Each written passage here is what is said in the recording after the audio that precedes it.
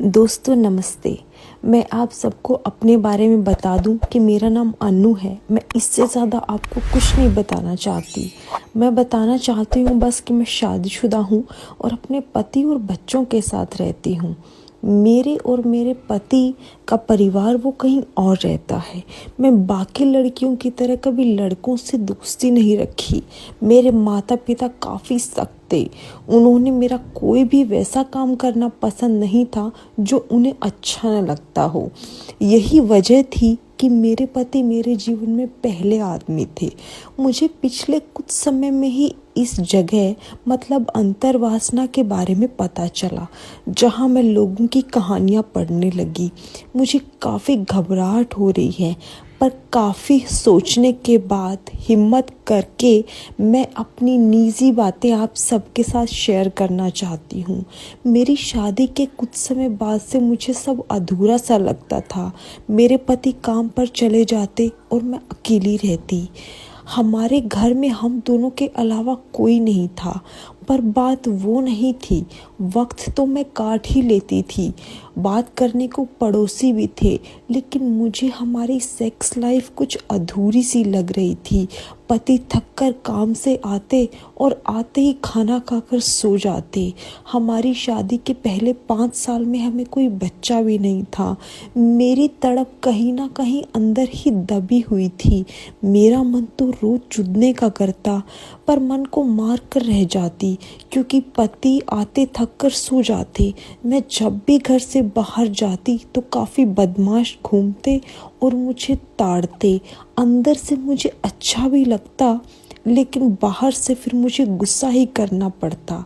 उन्हीं में से एक तबरेज नाम का था, जिसे सभी लोग दारा भाई बोलते थे, एकदम बदमाशों का लीडर।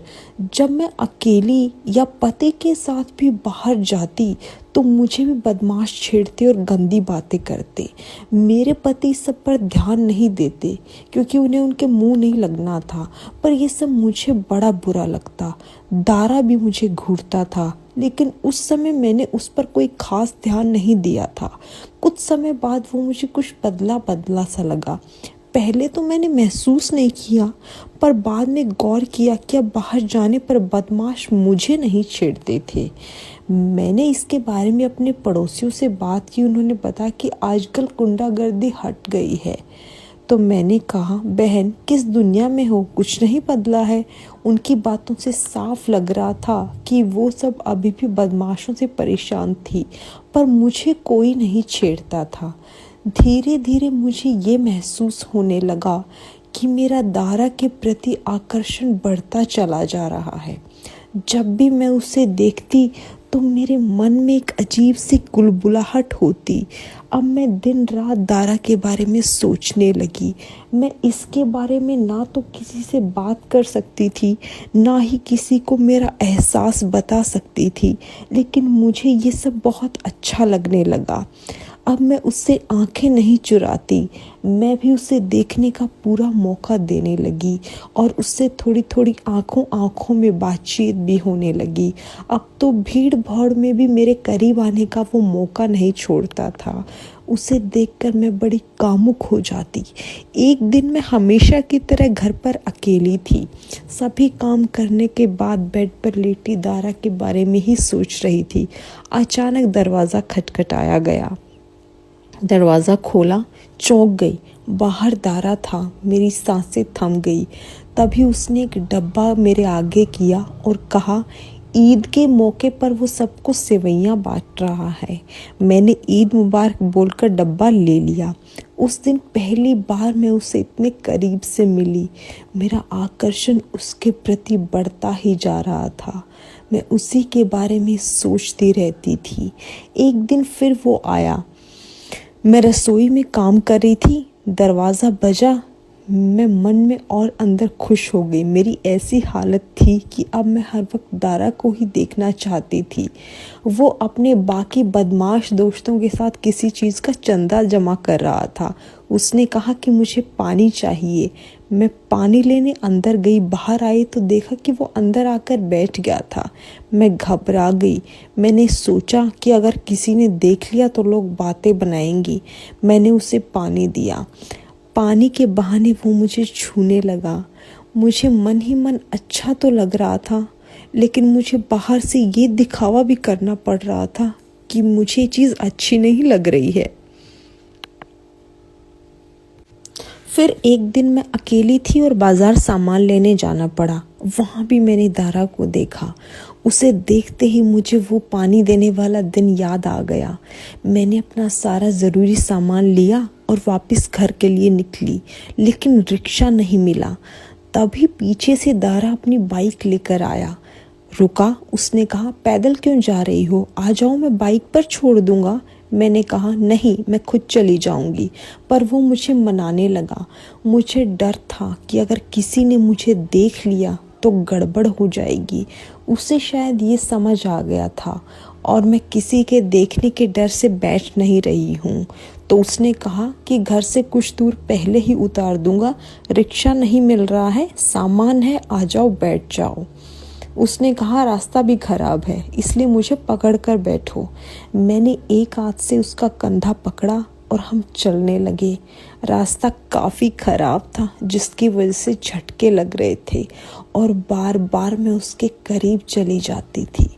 मुझे दारा के प्रति ये आकर्षण एकदम बॉलीवुड के हीरो हीरोइन के जैसा लग रहा था कि जिनका आपस में पहला पहला प्यार होता है और एक दूसरे के प्यार में डूबे रहते हैं।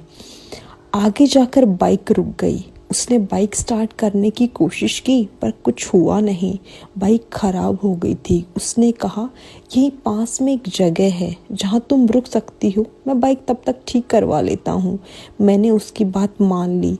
आगे ले जाकर वो एक छोटे से घर में पहुँचा। मैंने कहा, ये तुम्हारा घर है? उसने कहा, नहीं, ये जगह बस दोस्तों के साथ टाइम पास करने के लिए ली हुई है। उसने मुझे अंदर जाकर बैठने को कहा। वो पानी मेरे लिए आया। उसके हाथ की ठोकर से सारा पानी मेरे ऊपर ही गिर गया और मेरा पूरा ब्लाउज गीला हो गया। माफ़ी मांगी और कहा कि ये गलती से हो गया। मैंने कहा, कोई बात नहीं। मैंने पूछा, बाथरूम कहाँ है? और मैं बाथरूम चली गई। मैंने बोला कि तुम जल्दी से बाइक ठीक करवा लो, मुझे जल्दी ही घर भी जाना है, मौसम ख़राब हो रहा है। कुछ देर बाद मैं बाथरूम से बाहर लौटी। अपनी साड़ी ठीक करती हुई आगे बढ़ ही रही थी, लेकिन अचानक मेरा पल्लू कहीं अटक गया। पल्लू छुड़ाने में पीछे मुड़ी तो हैरान रह गई। पीछे दारा खड़ा था। बाइक ठीक कराने नहीं गया था और मेरा पल्लू कहीं अटका भी नहीं था, बल्कि दारा ने ही उसे खींच लिया था। अब मेरा पल्लू दारा के हाथ में था। मैं सुन्न पड़ चुकी थी।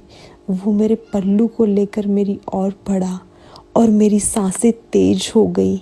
मैं इतनी भी कोशिश नहीं कर पाई कि अपना पल्लू उठाकर खुद को ढक लूं। फिर उसने अपने हाथ मेरी कमर में डाला और मुझे मजबूती से अपनी तरफ खींच लिया। मैं जानती थी कि मैं शादीशुदा हूँ और ये गलत है, लेकिन मैं आज दारा को रोकना नहीं चाहती थी। मेरा जिस्म दारा के लिए तड़प रहा था। मेरी दर्द से आह सी निकल गई। फिर उसने मेरे बालों में हाथ डाल दिया, पीछे से मेरे बालों को जकड़कर खींचा और मेरे होठों को चूमने लगा। वो पूरे जोश में मेरे होठों को चूम रहा था। मुझे बहुत अच्छा लग रहा था। मेरे पति ने भी कभी इस तरह मुझे नहीं चूमा था। फिर वो अपना हाथ मेरे पूरे बदन पर फेरने लगा। उसने मेरे सारे कपड़े उतार दिए और कुछ ही पल में मुझे पूरी नंगी कर दिया। बस पैंटी बची थी। वो मेरे नंगे बदन को अपनी विलासितापूर्ण नज़रों से घूर रहा था। मैं अपने हाथों से अपने सपनों को ढकने की कोशिश कर रही थी। उसने अपना कुर्ता निकाला और फिर मेरे हाथ को पकड़ा और मुझे अपनी ओर खींच लिया। अब हमारे गर्मा गर्म बदन एक दूसरे से बदनों के रगड़ खा रहे थे। मेरा मंगलसूत्र मेरे गले में उसे तंग कर रहा था और वो परेशान हो गया और उसने मेरा मंगलसूत्र गले से उतारकर हटा दिया। मेरे सपने उसकी छाती से रगड़े खा रहे थे। हम दोनों के बीच में जैसे किसी हवा की भी जगह नहीं थी। हम दोनों एक दूसरे से ऐसे चिपके हुए थे जैसे एक हिरनी किसी शेर के कब्जे में आ जाती है। उसके बदन की महक मुझे और ज़्यादा तड़पा रही थी। धीरे धीरे उसने अपनी पकड़ ढीली की और मेरे बदन को सहलाते हुए ही उसने मेरी गांड को अपने दोनों हाथों से मसलना शुरू कर दिया। अचानक इस दर्द से ज़ोर से कराती हुई मेरी चीख निकली। उसने कुछ पलों में ही फिर आराम से उसे छोड़ दिया। मैं तो पहले ही गीली हो चुकी थी।